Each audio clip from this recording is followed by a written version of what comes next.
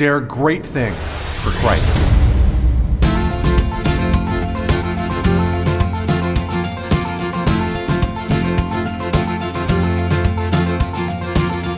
Christ calls us to dare great things. In the marketplace, as well as in the mission field, there has never been a time like the present for the spirit of the Catholic entrepreneur. Now is the time for men and women of great courage and great vision to engage our church and our culture. Now is the time to dare great things. And here is your host as we dare great things, Father Nathan Cromley, the president and founder of the St. John Institute.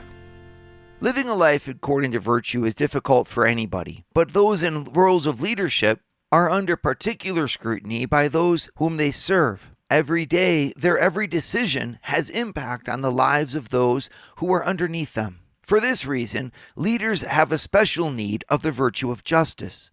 By justice, each person is given what is their due. But justice presents special challenges both in its acquisition and its practice. Thank goodness for God's grace. So we're at the St. John Leadership Network today looking at the special virtue of justice and looking in particular at St. Thomas Aquinas and how he treats this virtue in our roles as leaders. And I want to focus in on the special context today of business leadership, but I know that you can apply this in the family, you can apply this in your political situations, you can apply this everywhere, right? And you need to do that, but I want to focus in for the business leaders who are here present because, well, frankly, most of the time, people don't really want to talk about it too much. And yet it's essential because it's where we rise or fall as leaders.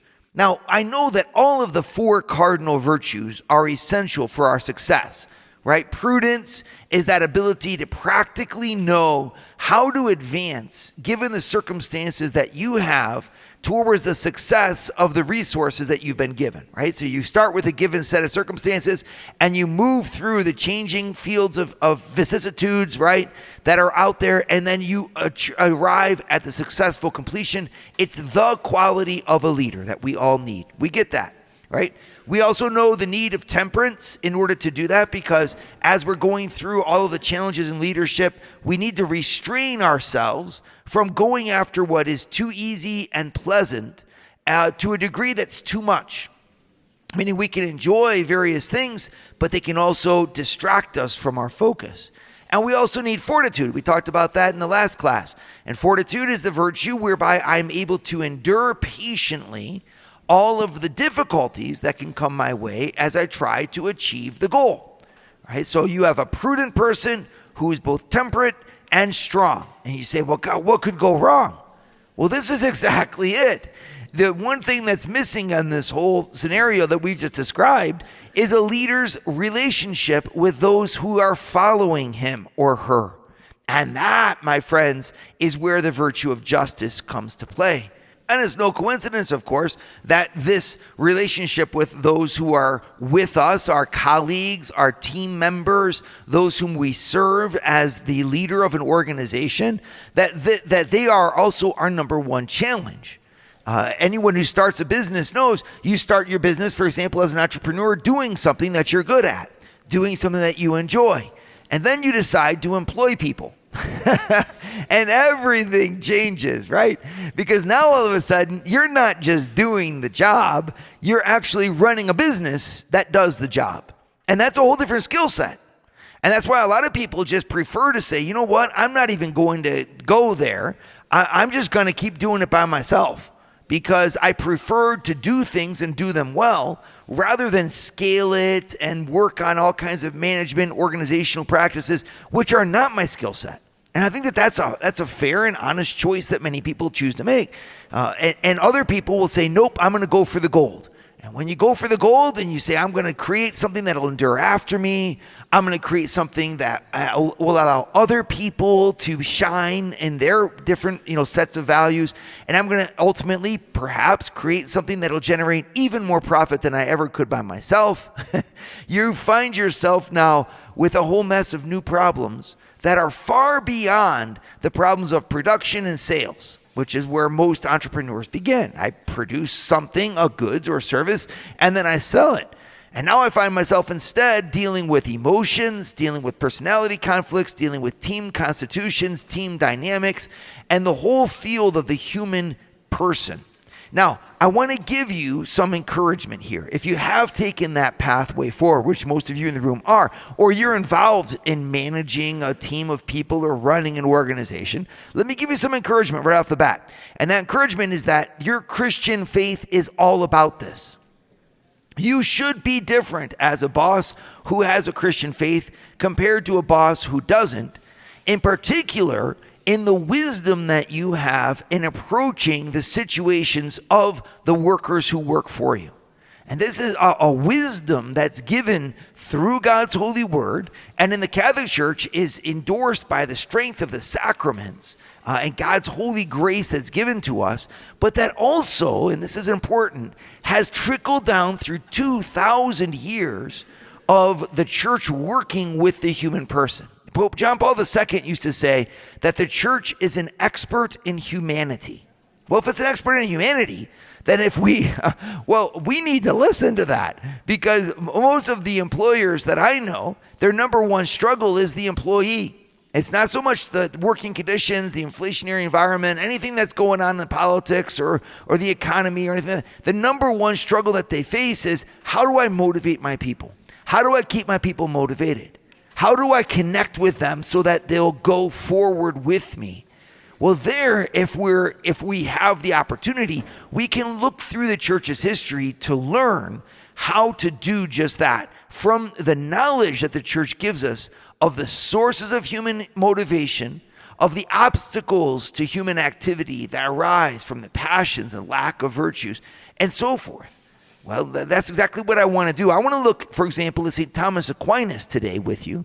He was a friar of the Dominican order in the 13th century, that's the 1200s, who wrote some amazing works that still are with us today and that give us, just in a real consolidated, concise fashion, all of that wisdom written down in very great clarity. And that's why I want to study him with you. And I want to look today especially at his article concerning justice and how he defines it and how he sees it, because if the relationship between an employer and his people is basically one of justice. Justice is the virtue that will allow that relationship to be clean, strong, healthy, and wonderful.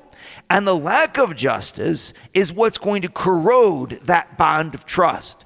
Remember that when Gallup took a poll on what makes for a great leader, they found 4 qualities, and only 2 of the 4 qualities that people listed as essential for great leadership come and depend on the employer himself or herself. Only 2 of them. So when you look at great leaders, you're like, well, I have to develop all of this prowess in me, a great vision, for example. That's the number 1 quality that Gallup listed. And I have to drive and never give up and never quit and keep on going forward. Okay, that's the 4th quality that Gallup mentioned. But 2 other of those qualities actually depend on their ability to relate well with the people who are following them.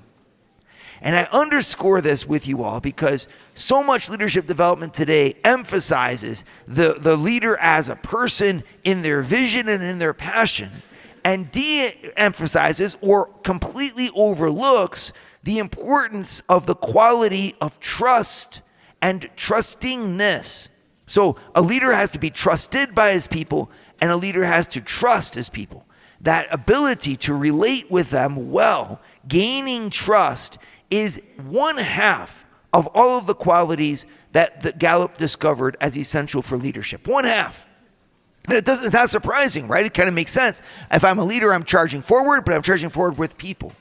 So I both have to have that ability to drive, and I have to have the ability to relate. And the virtue of prudence is your ability to drive. The virtue of justice is your ability to relate. We have every interest, therefore, to pay attention to St. Thomas Aquinas, and every interest to let the Bible teach us and form us to be just people. Because when we are, we'll be better employers, better business leaders, better leaders, period. Does your family matter? Join the St. John Leadership Network and receive a family mission infographic that will help you focus on your family. To learn more, Go to www.stjohnleadershipnetwork.org/member and join for free today. So all of us every day have to go into work, we know, and we have to confront a whole variety of situations. We're trying desperately to move the ball down the field, right? So if you're an entrepreneur, that mountain is a very high one. If you're managing in a corporation, the stress levels are immense. And every day we have to go in and effectuate a change. I remember I used to be a roofer, as we say in Northwest Ohio, where I'm from, a roofer, which means a roofer everywhere else. And I used to take such pride in the fact that we would rip off a section of the roof, and we knew that by the end of the day, we had to recover that section of roof. Which is why weather was so important, right? You're always looking at the rain to determine how much of the roof you could actually replace in the course of a day. And it was so wonderful to have that type of manual labor where you could stand at the end of the day and turn around and see, I just laid this roof and it'll stay there for 30 years, and I just changed the world and made it clean and wonderful and shiny and just terrific, right? And that satisfaction is what each one of us has every day when we're faced with situations and we modulate them for the better, regardless of what it is, be it a restaurant, be it physical therapists, be it whatever you are. Wherever you're working, you're taking something in state A and you're moving it to state B. The problem is that's not everything in work. As a matter of fact, we know that that's kind of the easy part in the end. That there's a whole nother world, though, that makes it difficult, and it's called having a boss. Having the boss who has expectations. Having a board, and the board that has oversight over you. Having people underneath you who don't like you or who think that you're unfair, or having people underneath you who are, currying your favor and you know it. And you find yourself as an employer or as a business leader in a context where suddenly everything around you has as much to do with what you're doing as the task in front of you. And that context can be very disconcerting. For many people, it can throw them into behaviors where they, in the end, become selfish or self-seeking or driven, or where the people that work with them become means to the end instead of the reason why they're working to begin with. Especially if that what we're driving towards, we drive towards with a lot of passion. If you're a charismatic and driven leader, which is what most of you are, otherwise you wouldn't be here at the St. John Leadership Network, right? You wouldn't be here at all. You wouldn't be the successes that you were if you weren't capable of facing the difficulties and moving forward with them, right? I'm just saying that we have to be careful because that's only half of our job. And I would say it's not even half. It's almost the context of the job.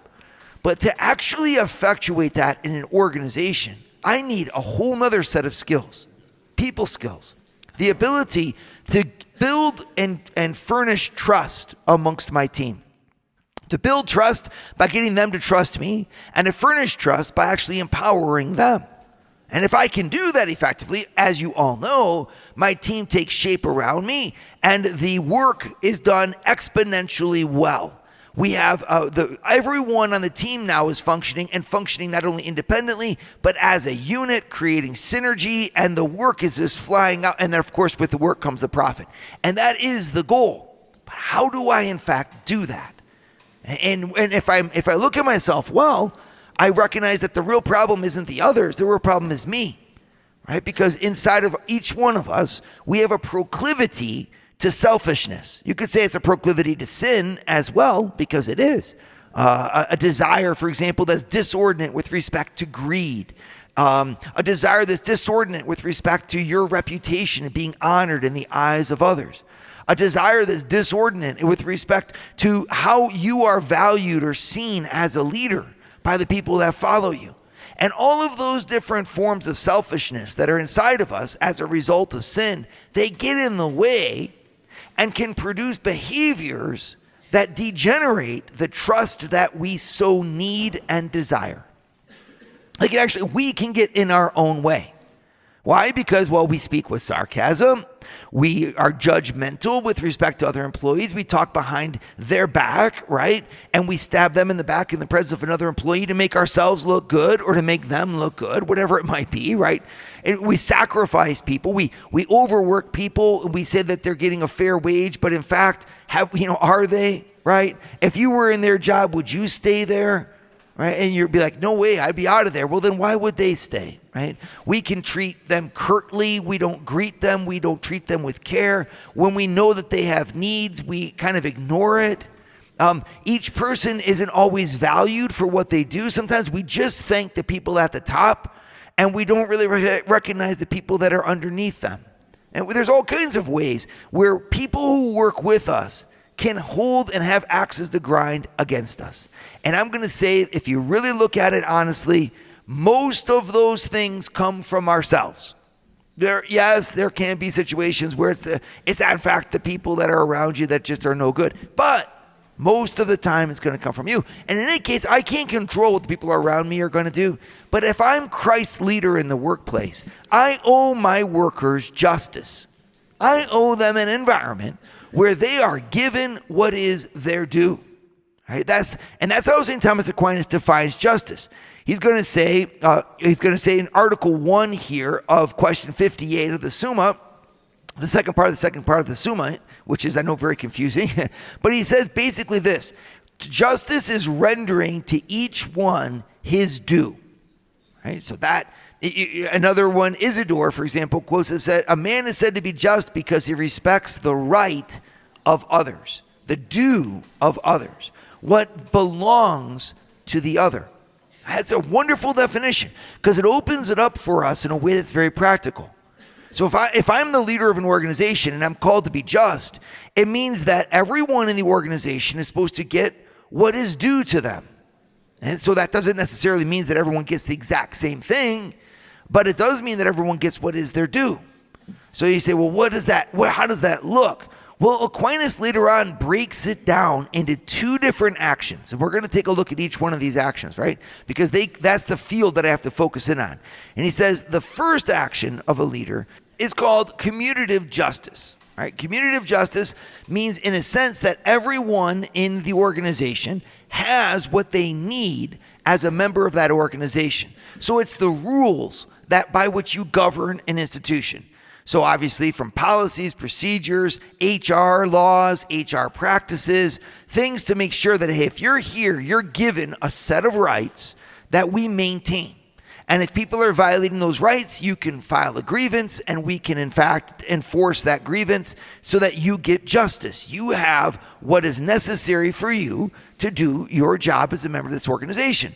And the second role, he says, is distributive justice. So it's not just maintaining the harmony, so to speak, of the organization, but it's then to make sure that each person has a relationship with the organization that is proper, meaning that they both receive from the organization what is their due and that they give to the organization what is their due and nothing more. So this is kind of the proper balance between the sacrifice and the toil and the difficulty of the labor that they're performing and the reward that they're given, and as also the respect that they're given. And I think that one word, respect, really encapsulates what Aquinas is trying to get through to us about what it means to be just. If you want to be just, ask yourself this question: am I showing each person in the workplace the proper respect? And do they know it? It's a great thing. It's one thing to say yes, because I think if I was to ask all of you, every single one person here, you'd all say, yes, absolutely, my people, I respect them. And what you're really saying is, Father Nathan, I want to respect them. And I don't dispute you. I don't think you'd be here, studying this stuff if you weren't a good person trying to be respectful, right? But there is something I could invite you to do. And that's just to do a quick little survey, call 4 of your people up and ask them, do you feel respected by me all of the time? Do you feel respected? And do you feel like everything that you are valued and that you are respected by me? It'd be amazing. So not am I trying to respect them, but am I achieving that respect by showing it effectively. And there you start by asking them first, okay? So we're going to take a look then, those two fields, two applications of justice in Aquinas, commutative and distributive, and how both of them sanctify us by the grace of Christ. Would you like your business to become a virtuous workplace? Would you like Father Nathan to come to an event in your town? Visit www.stjohnleadershipnetwork.org/our-events and join for free today.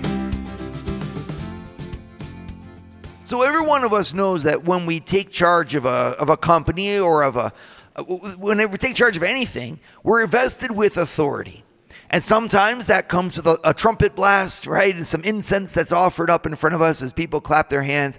I'm thinking of a fire chief that gets pinned as the fire chief by his wife, in front of all kinds of onlookers who clap their hands and say, isn't he marvelous? But he's marvelous, and at the same time, the reason he's marvelous is because, now he has power. He can do things and is vested with power by the organization that has entrusted that power to him. And so with power comes responsibility. And with responsibility comes stress. And with stress comes breaking points in that same individual. The more stressful a situation, the greater our tendency towards injustice towards other people is going to become. We will become short, not appreciative, rude, etc., because we feel the full weight of all of that responsibility on us. In other words, it's one thing to act like a saint when you're living in a situation with no pressure, and it's a real test of whether or not you are a saint when that pressure is put on your shoulders. You are in leadership roles, all know that because you're in pressure every single day, which is why we're here to say Christ is there to make you a saint. Right? And your first role with the power that's given to you is to defend. Okay, that's the first role of justice, to defend the rights of everyone in the organization. How is it that I can make sure that everybody has everything that they need?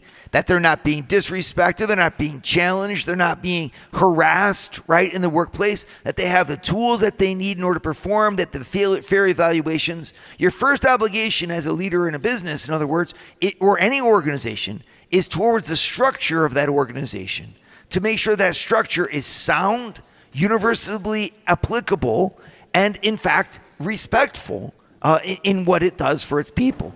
And if you're a Christian leader, which all of you are, you can add to it all kinds of wonderful things that encompass other aspects of life. Like, do my employees have psychological care? Do they have a spiritual option that's proposed to them so that they can go to church if in fact they want to? Do they know that their maternity leave or paternity leave is something that's important to the organization? Is family life respected? And so forth, okay? The second thing that I do with my power, though, is this distributive justice, and that's done both by making sure that the company pays its people correctly, a fair wage. I remind everyone that in the Bible, it lists off sins that cry to heaven for vengeance. And one of the sins that it lists off is whether or not an employer pays their employee a fair wage. Now, all of you out there are saying, yes, I know, in fact, I do. I'm just reminding you. So that, because that's distributive justice. I have to give them their wage. I also have to make sure that we're not overusing them, and that every employee feels respected by knowing the value of their work, by being rewarded appropriately, and by being empowered to grow.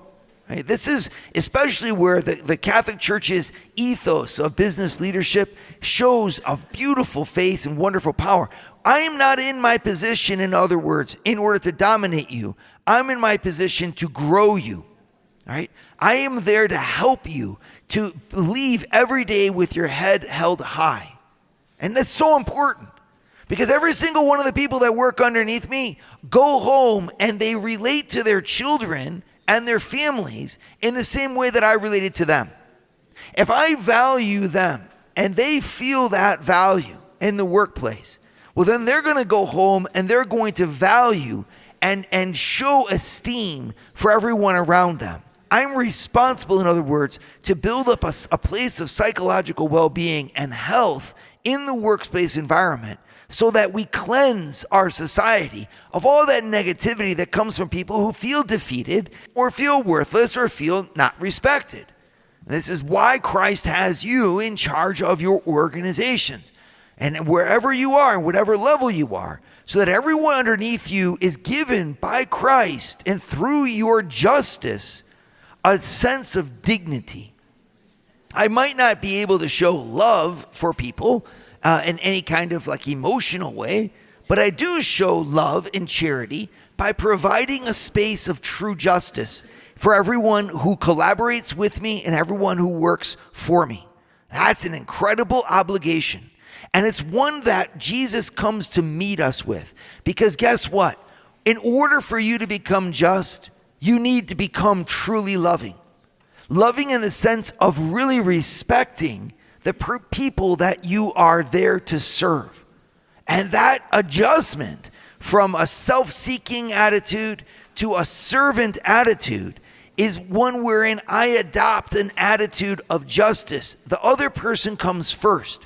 What do they need? What do they need to perform? What do they need to be rewarded for? What do they need to feel from this environment so that they can be at their best level? I mean, it's an amazing thought that every day I've been given this challenge by Christ to overcome myself. I might feel anger, I might feel impatience, I might feel judgmental, I might feel stressed in many ways in my life. And yet I mustn't allow that to interfere with the way that I relate with my people, because the people underneath me are counting on me to build them up by them working for me. And that's a terrific vocation, and one that allows that correction of justice in me to not only make their life better, but to also operate more and more every day dependent on Jesus. And anyway, isn't that the point after all?